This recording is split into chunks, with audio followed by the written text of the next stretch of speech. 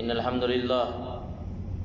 لله نحمده ونستعينه ونستغفره ونؤمن به ونتوكل عليه ونعوذ بالله من شرور أنفسنا ومن سيئات أعمالنا من يهده الله فلا مضل له ومن يضلله فلا هادي له ونشهد أن لا إله إلا الله وأشهد أن محمدا عبده ورسوله أرسله بالحق بشيرا ونذيرا أما بعد فإن خير الحديث كتاب الله وخير الهدي هدي محمد صلى الله عليه وسلم وشر الأمور محدثاتها وكل محدثة بدعة وكل بدعة ضلالة وكل ضلالة في النار فقد قال النبي صلى الله عليه وسلم كل بني آدم خطاء وخير خطائين توابون رب اشرح لي صدري ويسر لي امري واحلل عقدة من لساني يفقهوا قولي سبحانك لا علم لنا الا ما علمتنا انك انت العزيز الحكيم رب زدني علما اللهم رب زدني علما. معزز سامعین کرام و حاضرین جمعہ، تمام تعریفات ہر قسم کی برائی و یکتائی اس اللہ رب العالمین کے لیے ہے جس نے ہم تمام انسانوں کو اشرف المخلوقات بنایا اور ساتھ ہی ساتھ ہماری رہبری کے لیے ہمیں سیدھے راہ پر چلنے کے لیے اللہ تبارک و تعالی نے نبیوں اور رسولوں کا سلسلہ جاری رکھا. درود و سلام کا نزول ہو ان تمام انبیاء کرام کے اوپر، خصوصاً کے ساتھ ہمارے آقا نامدار تاجدار مدینہ احمد مصطفیٰ محمد مصطفیٰ عربی صلی اللہ علیہ وسلم کے اوپر لاکھوں کروڑوں درود و سلام نازل ہو. سامعین، ہم انسان ہیں، ہم فرشتے نہیں ہیں. فرشتے معصوم عن الخطا ہے، اس سے غلطی نہیں ہو سکتی ہے، وہ معصوم ہے. لیکن ہم انسان ہیں، ہم سے غلطی ہو سکتی ہے، گناہوں کا کٹ پتلا ہے ہم. کیونکہ جب ہمارے باپ حضرت آدم علیہ السلام سے غلطی ہوئی تو اللہ تبارک و تعالیٰ نے اسے جنت سے نکالا. ہم اس کے اولاد ہیں، ہم سے بھی غلطی ہو سکتی ہے. اسی لیے اللہ کے نبی جناب محمد رسول اللہ صلی اللہ علیہ وسلم نے ارشاد فرمایا، ترمذی اور ابن ماجہ کی روایت ہے، کل بنی آدم خطاء، آدم کے جتنے بھی اولاد ہیں، جتنے بھی بیٹے ہیں، وہ گناہگار ہے، خطا کار ہے، سیاہ کار ہے. وخیر خطائین التوابون، لیکن بہتر انسان وہ ہے، بہتر آدم کے بیٹے وہ ہے جو گناہ کا کام کرتا ہے اور اپنے گناہوں پر شرمندگی احساس کرتا ہے اور توبہ کرتا ہے.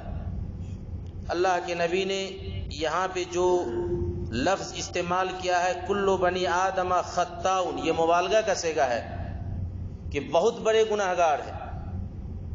یعنی انسان گناہ کا کٹ پتلی ہے، گناہوں کے اندر ہم ملوث ہو سکتے ہیں، ہم سے غلطی ہو سکتی ہے، لیکن بہتر انسان وہی ہے جو اپنے گناہوں کے اوپر توبہ کرے.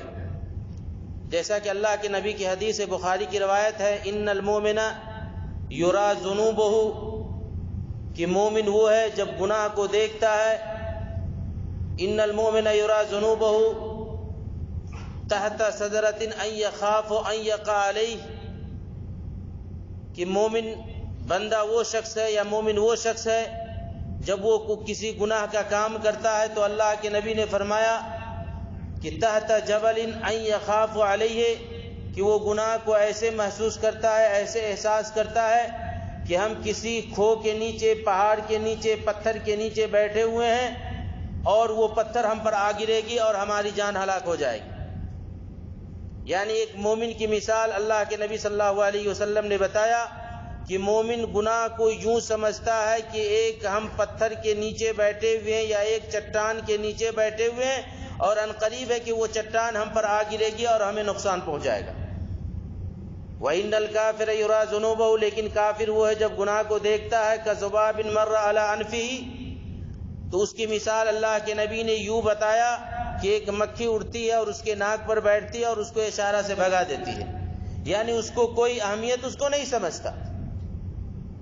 تو اللہ کے نبی نے دو مثال بیان کی، ایک مومن اور ایک کافر کے بارے میں، کہ کافر ایسا ہے جو گناہ کو یوں سمجھتا ہے جیسے کہ ایک مکھی آئی اس کے بدن پر بیٹھی اور اس کو اشارہ کیا اور وہ چلی گئی، بھاگ گئی۔ اور مومن کی مثال اللہ کے نبی نے فرمایا کہ جب وہ گناہ کا کام کرتا ہے تو اسے یہ احساس ہونی چاہیے کہ پتھر ہم پر آ گرے گی اور ہماری جان ہلاکت ہو جائے گی۔ میرے بھائی اور دوستو، اور اللہ تبارک و تعالیٰ نے کہا ان اللہ یحب التوابین و یحب المتطہرین، اللہ تبارک و تعالیٰ توبہ کرنے والے کو بہت زیادہ پسند کرتا ہے۔ ہمیں اس کے اندر لیٹ نہیں کرنی چاہیے۔ آئیے میں ایک حدیث جو بخاری کی روایت ہے، لمبی حدیث ہے، میں عربی میں اس کو نہیں پڑھوں گا، بس اس کا ترجمہ آپ کے ساتھ کر کے انشاءاللہ وقت ہمارا ختم ہو جائے گا۔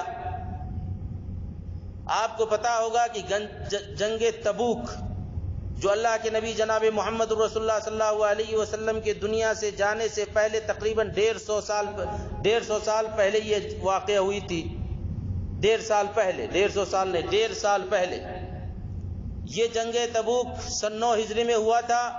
یہ اس وقت ہوا تھا جو بہت ہی گرمی کا دن تھا، اور ایسی گرمی تھی کہ لوگ گھر میں آرام کرتے، لیکن اللہ کے نبی صلی اللہ علیہ وسلم نے فرمایا کہ ہمیں جنگ تبوک کرنی ہے، اور یہ جنگ ان سے کرنا تھا جو اس وقت کا روم کا بادشاہ تھا، بہت ہی پاورفل بادشاہ تھا، پاورفل امپائر تھا وہ روم کا بادشاہ، اور اس سے جنگ کرنی تھی۔ اللہ کے نبی صلی اللہ علیہ وسلم نے اعلان کیا مدینہ کے اندر کہ ہمیں خندق چلنا ہے، تبوک چلنا ہے، خندق کھودنا ہے۔ اس وقت تقریباً مدینے کے اندر 30,000 صحابہ کرام تیار ہوئے، اور یہ تیاری بہت ہی مشکل تھی، ساز و سامان کا بھی انتظام کرنا تھا۔ اللہ کے نبی نے اعلان کیا، اور آپ کو واقعہ پتا ہوگا کہ لوگوں نے اپنے استطاعت کے مطابق مال جمع کیے، اتنے مال جمع کیے، لیکن پھر بھی صحابہ کرام 30,000 کی تعداد، مال کم پڑ گئی۔ ایک اونٹ پہ 18 آدمی سوار ہو کر کے جاتے تھے، باری در باری، پیدل در پیدل۔ اسی کے اندر 3 صحابہ ہے جس کو حدیث کے اندر ذکر کیا ہے۔ اگر آپ کو اس کا نام معلوم ہو یا معلوم کرنا چاہتے ہیں تو مکہ سے اس کا نام معلوم کر لیں۔ میم سے مرارہ بن ربیعہ، کاف سے کعب بن مالک، اور ہے سے ہلال بن امیہ۔ یہ تینوں بہت جلیل القدر صحابی ہے۔ میرے بھائی اور دوستو، یہ کعب بن مالک یہ کہتے ہیں، یہ خود اپنی بات بیان کرتے ہیں کہ جب اللہ کے نبی نے ہمیں کہا جنگ تبوک میں جانے کے لیے، تو اس وقت ہمارے پاس بہت ہی فروانی تھی، ساز و سامان تھا۔ میں یہ سوچتا تھا چلو اللہ کے نبی اور لوگ صحابہ نکل جائیں گے، میرے پاس سواری تھی، میں کل بھی نکلوں گا تو ان لوگوں کو پالوں گا، اس کے پاس شامل ہو جاؤں گا۔ اس سے ایک بات معلوم یہ ہوئی کہ انسان کو کل کی کل نہیں سمجھنا چاہیے، کیونکہ اسے فوراً جانا چاہیے، اور کل کی وجہ سے وہ نہیں جا پائے۔ یہ کل کی یہ کرونا کی کال نے ہمیں بتا دیا ہے کہ کوئی کام کل نہیں کرنی چاہیے، کیونکہ اس بیماری کے اندر بہت سارے نوجوان، بچے، بوڑھے، یہ سارے منو مٹی کے اندر دفن ہو گئے، یہ سارے قبر کے اندر چلے گئے۔ اگر ہمیں عمل کرنی ہے تو ہم فوراً عمل کرنے لگے۔ ہمیں نماز پڑھنی ہے تو یہ نہ کہے کہ ہم کل سے پڑھیں گے، ہمیں کوئی نیکی کا کام کرنا ہے تو ہم یہ نہ کہے کہ ہم کل سے کریں گے، بلکہ کل سے نہیں ابھی سے شروع کر دیں۔ یہی حال کعب بن مالک کا ہوا، وہ کہے میرے پاس سواری ہے، میں اللہ کے نبی سے ملوں گا، کل ہو کر کے بھی نکلوں گا یا 2 دن کے بعد بھی، لیکن آج کل کرتے کرتے وہ نہیں نکلے، اور اللہ کے نبی اور 30,000 صحابہ کرام وہاں پہنچ گئے۔ میرے بھائی اور دوستو، حالانکہ لڑائی نہیں ہوئی، وہاں پہ لوگ پریشان ہوئے، اتنے لوگ تھے، کھانے کو کھانا نہیں، پہننے کو کپڑا نہیں، لوگ پتیاں چبا کر کے اور درخت کے چھالے کو چبا کر کے اپنی زندگی گزارنے لگے، یہاں تک کہ نہیں ہوا تو وہ اونٹ جو سواری کے لیے تھا وہ بھی ذبح کر کے کھانے لگے۔ لڑائیاں نہیں ہوئی اور واپس چلے آئے کعب بن مالک۔ اور ایک نقطے کی بات یہ ہے کہ اللہ کے نبی جب وہاں پہنچے تھے تبوک کے اندر، تو اللہ کے نبی صلی اللہ علیہ وسلم 30,000 صحابہ میں کعب بن مالک کو کہا کہ وہ کیوں نہیں آئے۔ اللہ کے نبی صلی اللہ علیہ وسلم کا اتنا ڈسپلن تھا، آپ صحابہ کو اتنے دیکھ ریکھ کرتے تھے کہ آپ سمجھ گئے کہ ایک صحابہ کعب بن مالک بھی نہیں ہے۔ پوچھا کعب بن مالک کہاں ہے؟ تو انہی کے خاندان میں سے، انہی کے رشتے دار میں سے کہا کہ اللہ کے نبی، کعب بن مالک کو اللہ نے اتنا مال و دولت دیا ہے کہ 2 چادر کے بدلے وہ نہیں آیا ہے، یعنی اللہ نے اسے مال بھی دیا اور دنیا بھی دی، اس لیے وہ نہیں آیا ہے۔ اس نقطے سے یہ بات پتہ چلتا ہے کہ اگر گھر کے اندر، ہماری گھر کو اگر کوئی آگ لگاتا ہے تو گھر کا پڑوسی پہلے آگ لگاتا ہے، جو ہمارے قریبی ہوتا ہے، جاننے والے ہوتا ہے، وہی ہماری لنکا کو آگ لگا دیتا ہے، ہماری لنکا کو ڈھا دیتا ہے۔ لیکن اللہ کے نبی جب یوں ہی سوال کیا اور وہ اس کے خاندان والوں نے انکار کیا اور کہا، تو معاذ بن جبل نے کہا کہ اللہ کے نبی یہ جھوٹ بول رہا ہے، کیونکہ میں نے دیکھا ہے کعب بن مالک کو کہ اللہ سے بہت ڈرنے والے اور متقی اور پرہیزگار ہے، اور کوئی ایسی لڑائی نہیں ہے جو کعب بن مالک نے نہیں لڑا۔ اللہ کے نبی صلی اللہ علیہ وسلم واپس آ جاتے ہیں۔ واپس آنے کے بعد جو لوگ مدینے کے اندر منافقین ہوتے ہیں وہ جھوٹ بول کر کے اللہ کے نبی صلی اللہ علیہ وسلم کو کہتے ہیں کہ ہمارے پاس اللہ کے نبی بیماری تھی، بچے کی پریشانی تھی، یہ تھی وہ تھی۔ اللہ کے نبی صلی اللہ علیہ وسلم نے اسے معاف کر دیا، ظاہری پر عمل کیا، باطنی پر نہیں، کیونکہ وہ منافق تھا، وہ جھوٹ بول رہا تھا۔ لیکن اللہ کے نبی نے کہا کہ تمہارے پچھلے کی بات اللہ جانتا ہے، لیکن ظاہری پر آپ نے عمل کیا۔ اس سے یہ بھی نقطہ پتہ چلتا ہے کہ ہم کسی کے بارے میں ظاہری پر حکم لگائیں، باطنی پر نہیں۔ آج لوگ کہتے ہیں کہ ارے یار جو فلاں آدمی ہے، ہم جانتے ہیں وہ ہم سے کتنا دشمنی کرتا ہے اور ہمارے بارے میں کیا نہیں پیترا استعمال کرتا ہے۔ اس سے یہ پتہ چلتا ہے جب نبی بھی اس کے باطنی پر کوئی حکم نہیں لگائے بلکہ ظاہری پر حکم لگائے۔ سارے منافق آئے، اپنے بہانہ جھوٹ بول کے نکل گئے۔ کعب بن مالک کی بات آئی، اللہ کے نبی کے پاس آئے، سلام کیے۔ کعب بن مالک کہتے کہ اللہ کے نبی نے جواب نہیں دی۔ اللہ کے نبی مسکرا رہے تھے، لیکن مسکراہٹ میں آپ کا غصہ نظر آ رہا تھا۔ پوچھا ہے کعب بن مالک تم کیوں نہیں گئے؟ کعب بن مالک نے کہا کہ اللہ کے نبی اگر میں چاہتا تو جھوٹ بھی بول سکتا تھا، اگر آپ کے علاوہ کوئی دوسرا ہوتا تو جھوٹ بول سکتا تھا۔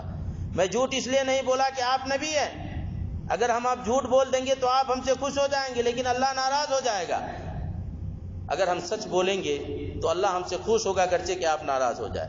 اللہ کے نبی نے کہا اس سے تم صحابہ کرام کو کہا، پورے اہل مدینہ کو کہ اس سے بات مت کرنا، بائیکاٹ کر دیا۔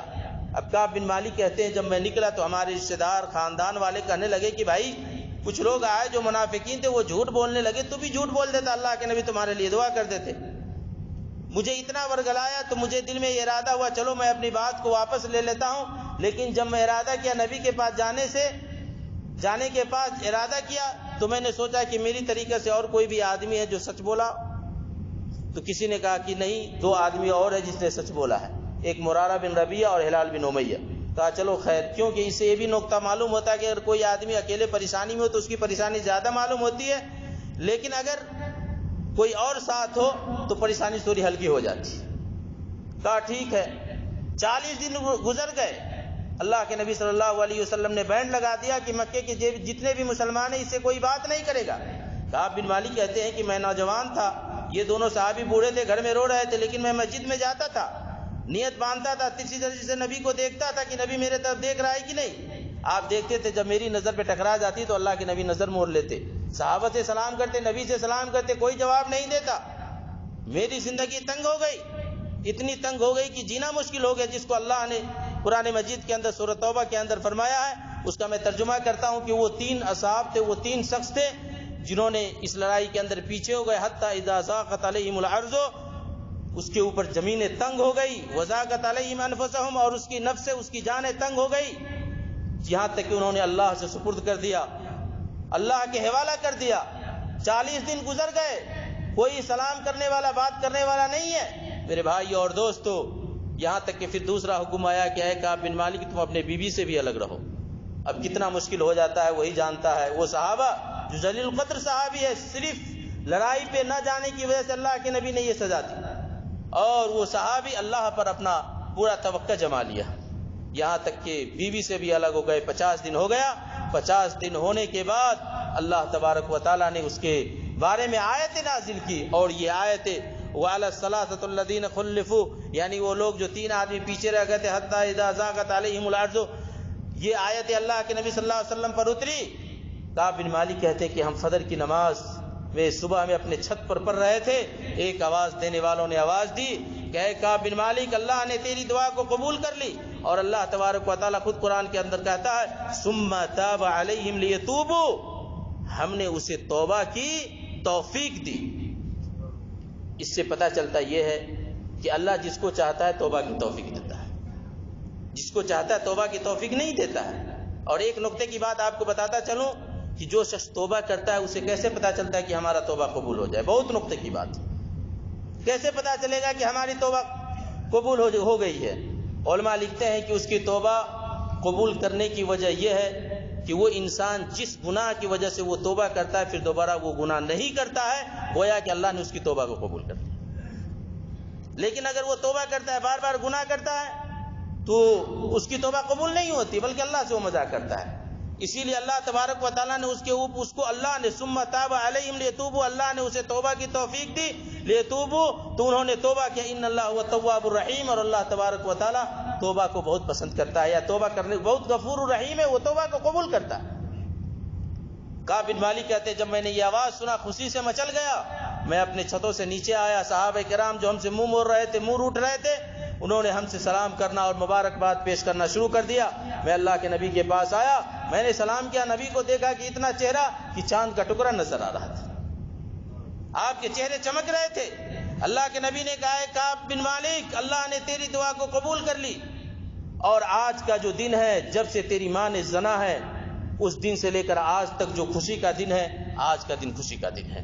کعب بن مالک خوشی سے جھوم اٹھے اور اللہ کے نبی سے کہا کہ اللہ کے نبی، جب اللہ نے ہمارے لیے برات نازل کر دیا، توبہ قبول کر لی، تو میں نے اللہ سے یہ بھی وعدہ کیا تھا، دو وعدہ کیا تھا۔ پہلا یہ وعدہ جب اللہ ہماری دعا کو قبول کر لے گا تو ہم اپنی ساری مال کو اللہ کی راہ میں خرچ کر دیں گے۔ اللہ کے نبی نے کہا کہ مت ایسا کرو، اپنے اخراجات کے لیے رکھو، اور جو ضرورت کی چیز نہیں وہ اللہ کی راہ میں خرچ کرو۔ کہا ٹھیک ہے۔ کہا دوسری چیز، اللہ کے نبی ہم نے اللہ سے وعدہ کیا تھا جب اللہ ہماری توبہ کو قبول کر لے گا تو ہم آج کے بعد سے کبھی جھوٹ نہیں بولیں گے۔ یہ صحابہ کا عالم تھا، اور اللہ نے اس کی توبہ کو قبولیت کا درجہ دیا۔ اس لیے ہمیں چاہیے کہ ہم جس بیماری سے، جس مصیبت سے پھنسے ہوئے تھے، ہم انسان ہیں، گناہ کا کٹ پتلا ہے، گناہ ہم سے ہو جاتی ہے، میرے بھائی اور دوستو، ہم چاہیے کہ اس گناہ کے اوپر شرمندگی احساس کریں۔ ان اللہ یحب التوابین و یحب المتطہرین، آپ جتنا توبہ کریں گے، اللہ دل کا مالک ہے، اللہ دل کا بول بالا ہے۔ اللہ سے سچی توبہ کریں گے، سچی توبہ کریں گے تو اللہ ہماری توبہ کو ضرور قبول کرے گا، اللہ ہماری گناہ کو ضرور قبول کرے گا۔ ہم انسان ہیں، ہمارے رگوں کے اندر، ہمارے جسموں کے اندر شیطان دوڑتا ہے، شیطان ہم سے غلطی کروا سکتا ہے، اکیلے میں ہو یا 10 آدمی میں ہو۔ ہم توبہ کریں، اللہ سے سچا وعدہ کریں، اور اللہ سے اپنے من کی بات کو اللہ سے لگائیں، انشاءاللہ اللہ تبارک و تعالیٰ آپ کی من کامنا کو پورا ضرور کرے گا۔ اللہ سے دعا ہے کہ اللہ تبارک و تعالیٰ ہم میں سے جو لوگ پریشان حال تھے جس بیماری کی وجہ سے، اللہ تبارک و تعالیٰ اس بیماری کو دور فرمائے۔ اے اللہ تبارک و تعالیٰ جو لوگ بیماری میں مبتلا ہے، اللہ تبارک و تعالیٰ ان کو اس بیماری سے صحت یابی عطا کرتے۔ اللہم اعز الاسلام والمسلمین واذل الشرک والمشرکین ودمر اعداء الدین۔ اللہم انی اسألک العافیہ فی الدنیا اللہم انی اسألک العافیہ فی الدنیا والآخرہ۔ اللہم انی اسألک العفو والعافیہ فی دینی و دنیای و اہلی و مالی۔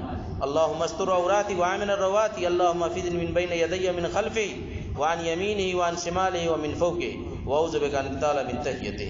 اللہم انی اسألک علما نافعا ورزقا طیبا ورزقا طیبا ورزقا طیبا وعملا متقبلا وعملا متقبلا۔ اللہم انی اسألک علما نافعا ورزقا طیبا وعملا متقبلا۔ ربنا ظلمنا انفسنا وان لم تغفر لنا وترحمنا لكونن من الخاسرين۔ ربنا آتنا في الدنيا حسنة وفي الآخرة حسنة وقنا عذاب النار۔ ربنا آتنا في الدنيا حسنة وفي الآخرة حسنة وقنا عذاب النار۔ اللهم إني أعوذ بك من البرص والجنون والجذام ومن سيء الأسقام برحمتك يا أرحم الراحمين، برحمتك يا أرحم الراحمين۔ بسم الله الذي لا يضر مع اسمه شيء في الأرض ولا في السماء وهو السميع العليم۔ اے العالمین، ہم خطا کار ہیں، گناہ گار ہیں، سیاہ کار ہیں، اے العالمین ہم آدم کے بیٹے ہیں، اے العالمین شیطان ہمارے پیچھے ہیں۔ اے اللہ تبارک و تعالیٰ اگر ہم غلطی کر لیتے ہیں، اے اللہ تیرے گھر میں جمعہ کے دن تیرے گھر میں تیرے سامنے ہاتھ پھیلائیں، اے اللہ تجھ سے لو لگائیں، اے اللہ تبارک و تعالیٰ تو ہماری گناہوں کو معاف کر دے، اے اللہ ہماری پریشانیوں کو تو ختم کر دے، اے اللہ ہماری مرائض کو تو ختم کر دے، اے اللہ ہم میں سے جو بیمار ہے اسے صحت یابی عطا کر، جو پریشان ہے اسے اے اللہ پریشانی کو دور کر، جو مقروض ہے اللہ ان کی قرض کی ادائیگی کا سامہ پیدا کر، اے اللہ جو مقروض ہے ان کی قرض کی ادائیگی کا ساما پیدا کر، اے اللہ جو مقروض ہے ان کی قرض کی ادائیگی کا ساما پیدا کر، اے اللہ ہم میں جو بے نمازی ہے اے اللہ تو ہم سے روٹھا ہوا ہے، اے اللہ ہم تجھے منا رہے ہیں، اے اللہ تو ہم سے خوش ہو جا، اے اللہ تو ہماری دعا کو قبول کر لے، اے اللہ تو ہماری دعا کو قبول کر لے۔ خار ہیں، بدکار ہیں، ڈوبے ہوئے ذلت میں کچھ بھی، لیکن تیرے محبوب کی امت میں ہیں، رحم کر، تو نہ اپنے عین کرم کو بھول جا، ہم تجھے بھولے ہوئے، تو نہ ہم کو بھول جا۔